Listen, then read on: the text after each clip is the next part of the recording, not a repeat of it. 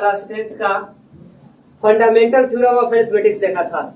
Fundamental theorem of arithmetics में उनका LCM निकालना, एचसीएफ निकालना, एलसीएम और एचसीएफ के साथ अगर दो नंबर है तो उन दोनों नंबर के रिलेशन को हमने एस्टेब्लिश किया था और उन फॉर्मूले को देखा था। समझ गए? आज हम लोग इस एक्सरसाइज के कुछ इंपॉर्टेंट क्वेश्चन या आपके डिमांडिंग क्वेश्चन जो है उनको सॉर्ट आउट करने जा रहे हैं। चलिए हम अगर पहले क्वेश्चन की तरफ देखते हैं तो पहले क्वेश्चन में कहा जा रहा है express each of the following as a product of its prime factors. इनका प्राइम फैक्टराइजेशन करना है। यहाँ बहुत सारे क्वेश्चन दिए गए हैं 141, 56, 3825, 5005, 7429। हम इनमें से कोई क्वेश्चन ले लेते हैं अलग सा, जैसे कि हमने कोई क्वेश्चन लिया 240। इसका प्राइम फैक्टराइजेशन करना है।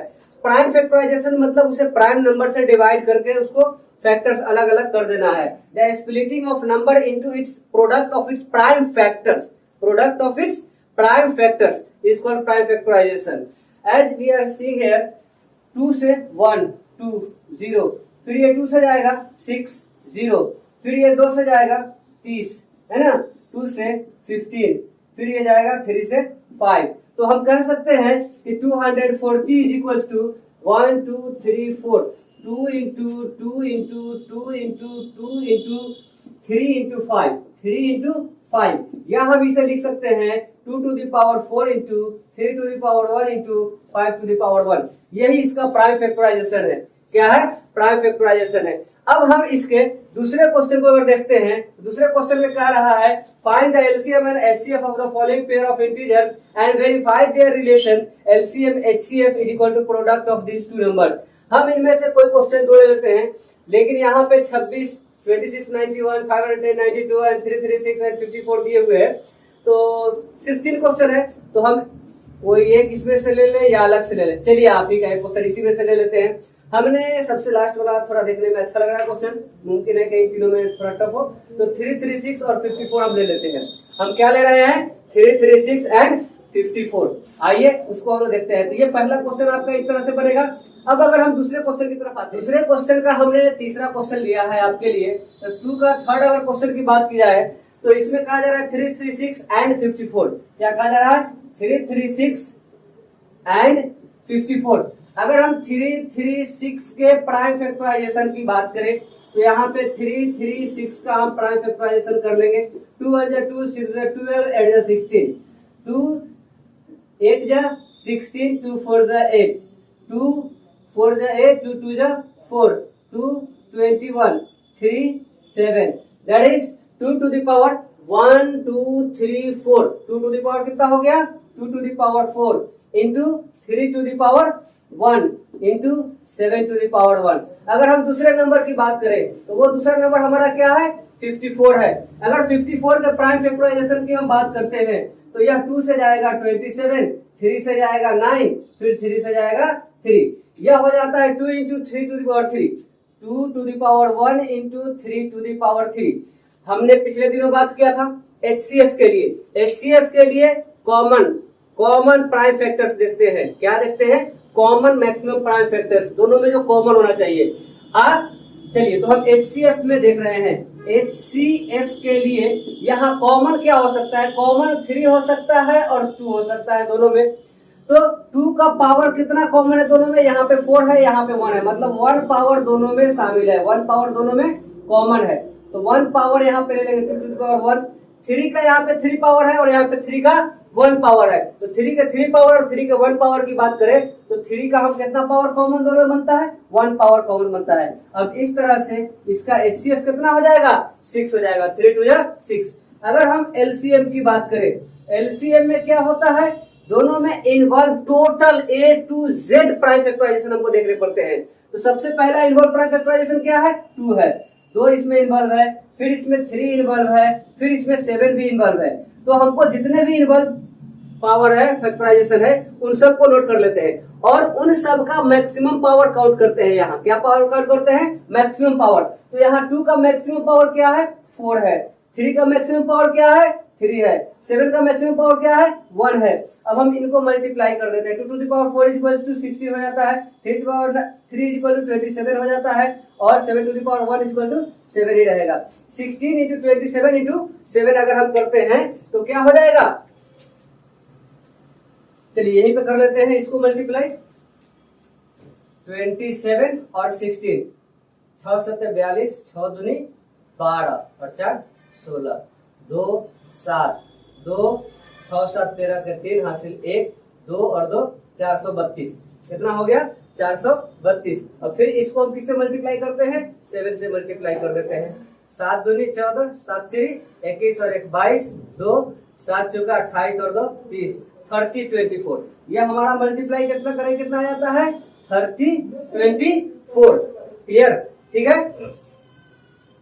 अब अगर हम इसके रिलेशन को एस्टेब्लिश करने की बात करते हैं, यहां शो करना है कि so that LCM into HCF equal to product of the number. Check, यहां पे क्या लिखेंगे? चेक।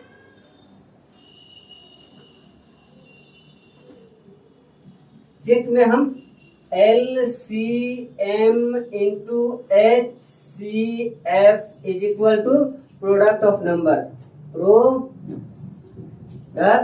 Of numbers. एलसीएम हमारा कितना है? 6 है, 6 इंटू एचसीएफ हमारा क्या आया है? 3024, 3024 इज इक्वल टू, इसको मल्टीप्लाई करके चेक कर लीजिएगा ये सही है कि नहीं। 3024। अब यहाँ पे प्रोडक्ट ऑफ नंबर क्या है? 336 इंटू यहाँ क्या है? 54। चलिए इसको मल्टीप्लाई कीजिएगा। 6 चौके 24, 6 दूनी 12 और 2 14, 6 यही 18, 18 144। कितना आ गया मल्टीप्लाई करके? 18 144। इसको मल्टीप्लाई करके कितना आएगा? देख लीजिए इसको, यहाँ पे 336 इंटू 54, 6 4 24, 4 3 12 और 2 14, 4 3 12 और 1 13, 5 6 30, 5 3 15 और 3 18, 5 3 15 और 1 16, 4 4 8 3 11, 6 और 1 7 और 1 8 18 144।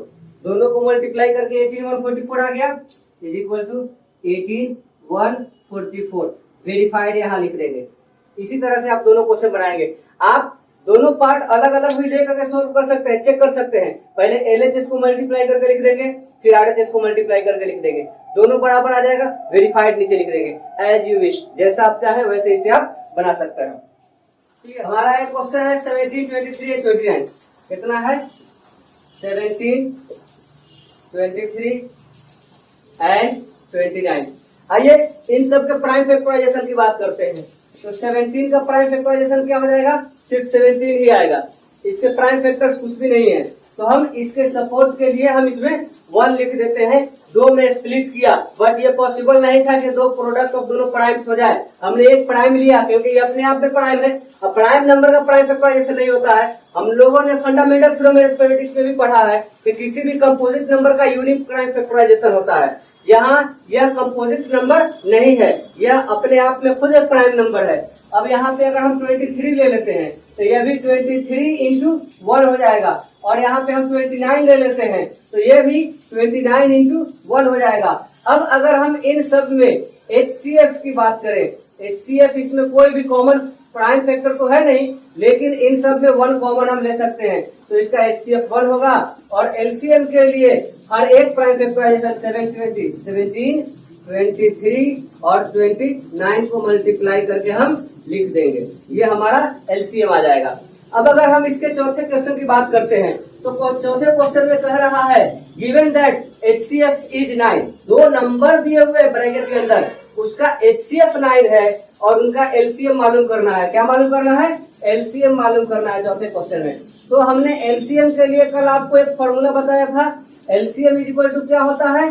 Product of number, product of number divided by HCF, divided by HCF, है ना। अब प्रोडक्ट ऑफ नंबर, जो नंबर वहां पे दिए गए हैं कौन कौन नंबर है, 306 एंड 657। क्या क्या है, 306 एंड 657 भाई, दोनों का HCF कितना दिया गया हुआ है, वो 9 दिया गया हुआ है, तो 9 हम यहाँ पे लिख लेंगे, 9 3 27, 3 9 4 36, इसको हम मल्टीप्लाई कर लेंगे, 657 इंटू 34, 4 सत्ते 28, 4 पंचे 20 और 2 22, और 4 छक 24 और 2 26, 3 सत्ते 21, 3 पंचे 15 2 17, 3 छक 18 और 1 19। क्लियर, 8 2 1 3, 6 7 13, 1 9 2 11 और 1 12, 1 और 1 2, 2 2 3 3 8, यह हमको मल्टीप्लाई करके क्या आ जाएगा, 2 2 3 3 8, यही हमारे चौथे का आंसर हो जाएगा। अब अगर हम पांचवें क्वेश्चन की बात करते हैं, ये बड़ा इंटरेस्टिंग क्वेश्चन है। कल हम लोगों ने 24 टू द पावर n का बात किया था, क्या बात किया था, 24 टू द पावर n, उसी के एक फैक्टर है 6 to the power n check करना है। क्या चेक करना है, 6 टू द पावर n। तो 6 टू द पावर n को चेक करने के लिए हम क्या करेंगे, 6 टू द पावर n को 2 into 3 to the power n लिख सकते हैं, हो जाएगा 2 का पावर n और 3 का पावर n। यहाँ कोई भी प्राइम फैक्टराइजेशन 2 के साथ 5 नहीं है, so it never be and with 0, so it never be and with 0, बताने की जरूरत है। चलिए बता ही दिया जाता है, 6 to the power n is equal to 2 into 3 to the power n is equal to 2 to the power n into 3 to the power n। Here prime factorization not contain as 5 as prime factors, so it never end with 0, never end with 0। Clear, note कर लेंगे। अब हम आगे बढ़ते हैं, छठे question की बात करते हैं। इसमें दो क्वेश्चन अलग अलग है, इसे एक क्वेश्चन मत समझिएगा, ये दो क्वेश्चन को दो प्राइम नंबर दिखाना है, दोनों क्वेश्चन को अलग अलग प्राइम नंबर दिखाना है। तो प्राइम नंबर के लिए कंपोजिट नंबर दिखाना है। कंपोजिट नंबर दिखाने के लिए अगर कोई नंबर दो अलग अलग नंबर का प्रोडक्ट हो जाएगा तो वो कंपोजिट नंबर कहलाएगा। जिसका प्राइम फैक्टराइजेशन पॉसिबल है वो कंपोजिट नंबर कहलाएगा। फंडामेंटल थ्योरम ऑफ अरिथमेटिक्स में कहा गया है कि दुनिया के सारे कंपोजिट नंबर को हम उसके prime factorization product of prime factors में लिख सकते हैं, जो कि यूनिक होता है, अकेला होता है, other than it's order of representation, अगर उसके ऑर्डर ऑफ रिप्रेजेंटेशन की बात छोड़ दी जाए तो। चलिए अब यहाँ पे अगर हम कोई क्वेश्चन ले लेते हैं,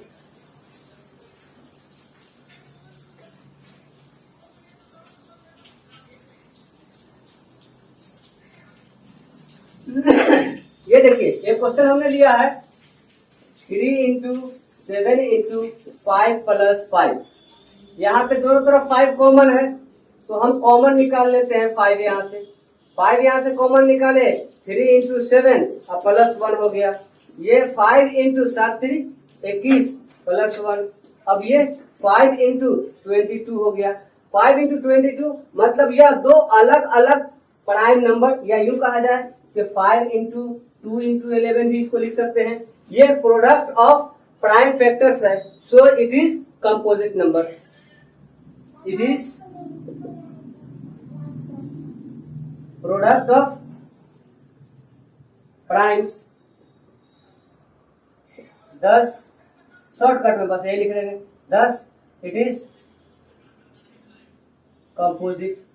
आप इसमें फंडामेंटल थ्योरम ऑफ अरिथमेटिक्स का ये भी दे सकते हैं, fundamental theorem of arithmetics FTA। Clear, उसका आप रेफरेंस दे दीजिए, ये बन जाएगा। इसके बाद अगर हम इसके लास्ट क्वेश्चन की बात करें तो इसमें कहा जा रहा है एक सर्कुलर पाथ है जिसपे 18 मिनट में और 12 मिनट में दो बच्चे घूम रहे हैं। कितने मिनट में? एक बच्चे को एक चक्कर पूरा करने में 18 मिनट लग रहा है और दूसरे बच्चे को पूरा करने में 12 मिनट लग रहा है। अगर यहाँ से दोनों ने साथ में काम शुरू किया है तो फिर कहाँ पे जा करके ये दोनों मिलेंगे? तो इन दोनों का एलसीएम आप निकाल दीजिए। क्या निकाल दीजिए? दोनों का एलसीएम निकाल दीजिए। दोनों का 18 मिनट और 12 मिनट के बाद दोनों का एलसीएम कितना मिनट के बाद दोनों साथ में जाकर के मिलेगा ये आपको पता चल जाएगा। कॉमन मल्टीपल होगा, वो कॉमन मल्टीपल होगा। दोनों का एलसीएम निकाल दीजिए। अगले रोज हम एक नए टॉपिक के साथ, एक नए चैप्टर के साथ मिलेंगे, जो कि हमारा होगा इरेशनल नंबर। इरेशनल नंबर को प्रूफ करना, √2, √3, √5 वगैरह को हम प्रूफ करेंगे कि यह इरेशनल नंबर है। इस पे हमने कल डिस्कस किया था कि दुनिया के सारे नंबर्स या तो रेशनल होते हैं या इरेशनल होते हैं, उसी का प्रॉपर्टी वहां इस्तेमाल किया जाएगा। That's all. तब तक अपना ख्याल रखिए।